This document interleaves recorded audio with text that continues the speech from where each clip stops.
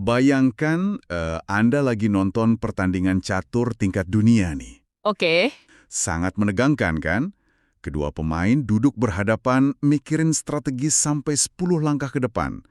Tapi tiba-tiba satu pemain berdiri, nolak aturan main, terus dia ngebuang semua bidak caturnya keluar jendela. Wah, kacau dong. Belum selesai. Dia ngambil korek api dan ngebakar papanya di tengah ruangan. Oh, wow. Iya, dan menurut analisis geopolitik terbaru, kayak gitulah persisnya dinamika negosiasi Amerika Serikat dan Iran saat ini. Benar-benar kacau ya. Betul, jadi ini bukan strategi tingkat dewa yang terlalu jenius buat kita pahami. Ini murni sebuah kekacauan. Sepakat. Nah, selamat datang di sesi penelusuran mendalam kita kali ini. Misi kita hari ini cukup spesifik, yaitu membedah tumpukan sumber. Khususnya transkrip wawancara terbaru per 14 April kemarin antara analis geopolitik Glenn Diesen dan Profesor Jeffrey Sachs. Iya, dan wawancara ini penting banget. Banget. Fokus utamanya adalah ngurai absurditas krisis geopolitik terbaru antara AS, Iran, dan juga soal blokade Selat Hormuz itu.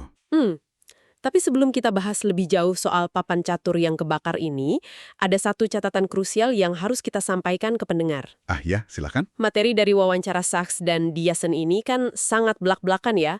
Analisis mereka itu menyorot tajam manuver tokoh-tokoh sayap kanan kayak Donald Trump dan juga tokoh sayap kiri kayak Joe Biden. Betul sekali. Jadi saya harus tegaskan di awal kepada Anda yang mendengarkan. Kami di sini sama sekali nggak memihak. Nggak ngambil posisi sama sekali? Tepat. Kami nggak mendukung pandangan politik atau agenda partisan apapun yang ada di sumber ini. Tugas kami murni cuma melaporkan, membedah mekanismenya, dan nyampein gagasan dari materi tersebut secara objektif ke Anda. Peristiwa di lapangan tanpa kacamata analitis yang netral, semuanya cuma bakal kelihatan kayak kebisingan yang acak aja. Profesor Sachs itu berargumen kalau saat ini sama sekali nggak ada kecerdasan strategis di balik diplomasi Washington. Sama sekali nggak ada ya? Oke, mari kita bedah timelinenya dulu. Karena kalau dipikir-pikir, rentetan kejadiannya tuh bikin kepala pusing. Silakan. Pertama, Trump ngeluarin ancaman ekstrim. Dia bilang mau menghancurkan peradaban Iran. Terus, secara mengejutkan, malamnya tiba-tiba ada pengumuman gencatan senjata. Yang mana itu aneh banget. Sangat. Buat Anda yang baca berita mungkin mikir, oh oke, diplomasi mulai jalan nih. Tapi di detik yang hampir bersamaan sama pengumuman itu, Israel justru ngeluncurin pengeboman karpet besar-besaran di Beirut. Iya, kontradiksi yang luar biasa. Nah, terus di tengah asap bom itu, Wakil Presiden AS, Vance, mendarat buat negosiasi maraton. Padahal beberapa hari sebelumnya kan udah disepakati kalau perundingan ini bakal berbasis pada rencana 10 poin dari Iran, ya kan? Betul, itu landasan awalnya. Tapi pas Vance tiba, rencana 10 poin itu diabaikan gitu aja. Seolah-olah nggak pernah ada. Dan yang lebih absurd lagi, paradoks terbesarnya tuh justru terjadi di perairan. Soal Selat Hormuz? Iya, Amerika Serikat ini kan ngeluh keras dan ngecam potensi blokade di Timur Tengah. Terus apa respon Washington? Mereka malah memulai blokade angkatan laut mereka sendiri di Selat Hormuz. Padahal masa gencatan senjata bahkan belum berakhir. Ya ampun. Jadi logikanya tuh kayak, kita nggak suka blokade, jadi kita bakal memblokade Anda, gitu kan? Persis.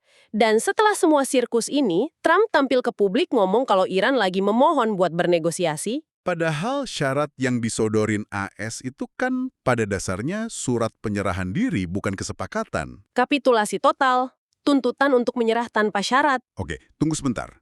Saya agak bingung di sini. Banyak pengamat di luar sana yang bilang, ini mah pasti taktik good cop bad cop tingkat tinggi yang lagi dimainin AS sama Israel. Gitu ya asumsinya. Iya kan? Kayak AS pura-pura lunak dengan nawarin gencatan senjata, sementara Israel jadi bad cop yang neken lewat militer. Apa emang gitu mekanismenya? Sachs dengan sangat tegas menolak teori itu. Oh ya, kenapa? Gini, taktik good cop bad cop itu mengharuskan kedua belah pihak punya satu tujuan akhir yang sama. Nah, yang kita lihat sekarang ini dua aktor dengan tujuan yang malah saling bertabrakan. Maksudnya Israel dan AS tujuannya beda. Sangat beda. Menurut analisis wawancara itu, Israel secara terbuka menginginkan kehancuran total Iran. Makanya mereka langsung masuk ke mode eskalasi di Lebanon tepat pas gencatan senjata diumumin. Buat nyabotase. Betul. Di sisi lain, Washington ini bersikap pelin-pelan dan ragu-ragu. Trump pengen kelihatan mendominasi di TV, tapi dia nggak siap buat nerima risiko perang besar-besaran yang beneran. Jadi mereka saling nabrak ya. Terus, selain sabotase antar sekutu ini, Profesor Sachs juga nyorotin kalau AS tuh gagal total baca budaya lawan. Bener nggak sih? Iya, ini fatal banget. Washington tuh nggak mampu nerjemahin sinyal budaya diplomasi. Negosiator Iran ini kan punya budaya yang mengedepankan sopan santun. Mereka ngomong soal harapan buat ngebangun kepercayaan gitu loh. Pendekatan yang wajar dalam diplomasi ya. Sangat wajar. Tapi, pas otak seseorang dengan pola pikir transaksional kayak Trump dengar kata kepercayaan, dia nerjemahinnya beda total. Dia nganggap mereka bodoh atau lemah. Wah, jadi Trump mikir, saya baru aja ngancam mau ngancurin negara mereka. Kok mereka malah minta kepercayaan? Pasti mereka ketakutan, gitu ya? Tepat. Padahal, itu kesalahan asumsi yang besar. Kalau Iran emang mau menyerah, mereka udah ngibarin bendera putih dari dulu.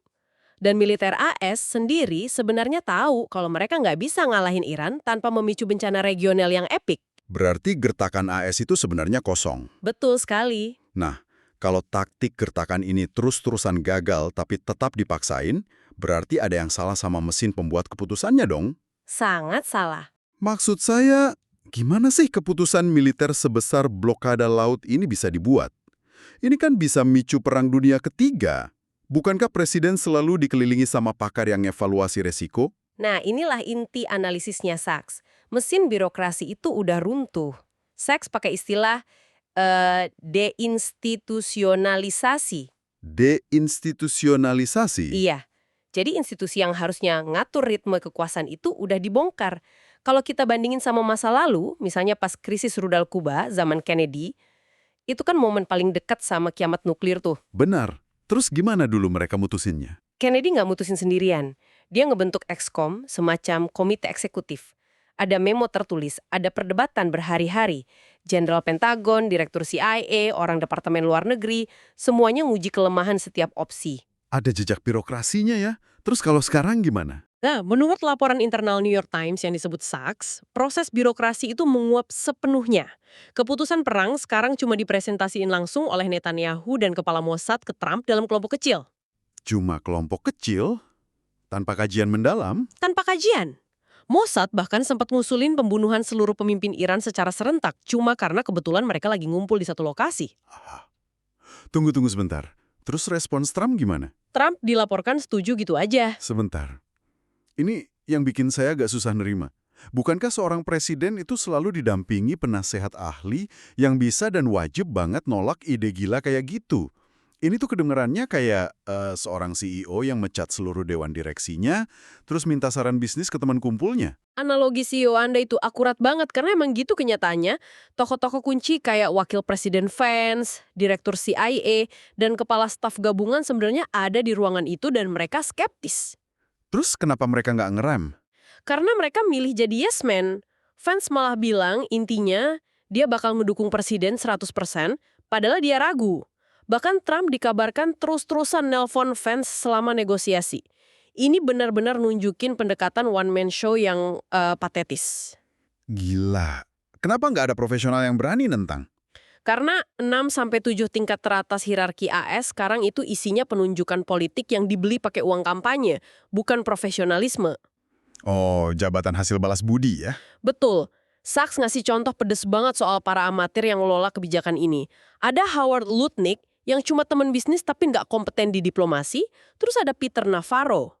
Navarro yang nangangin ekonomi itu? Iya. Sachs nyebut Navarro itu lulusan PhD ilmu ekonomi terburuk yang pernah dikeluarin sama departemennya. Dia nggak punya reputasi profesional yang memadai, tapi dikasih kuasa penuh. Oke, jadi kalau sistem kelembagaannya udah lumpuh dan cuma nyisain segelintir orang amatir, kita harus lihat kondisi mental dari individu yang megang kuasa mutlak itu dong. Sangat krusial, dan ini bagian yang menakutkan. Di sumber itu disebutin soal perilaku Trump yang dianggap unhinged atau lepas kendali. Maksudnya, kita ngelihat dia bikin unggahan tengah malam di platform Truth Social tanpa filter staff sama sekali. Iya, langsung dari jempolnya sendiri. Betul, dia melontarin kata-kata kasar, kayak buka selat sialan itu, kalian bajingan gila. Dia juga ngancam peradaban, nyerang Paus Leo, Dan yang paling aneh, dia sempat ngunggah gambar dirinya sebagai sosok Kristus, sebelum akhirnya meralatnya jadi palang merah. Tanggap Absurd ya? banget. Nah, Saks menilai ini sebagai tanda ketidakstabilan mental yang nyata. Tapi biar objektivitas kita tetap terjaga, Saks juga ngasih poin soal Joe Biden. Ah iya, ini penting buat keseimbangan. Ya, di mana pada tahun-tahun terakhirnya Biden juga disebut kehilangan kapasitas mentalnya karena demensia.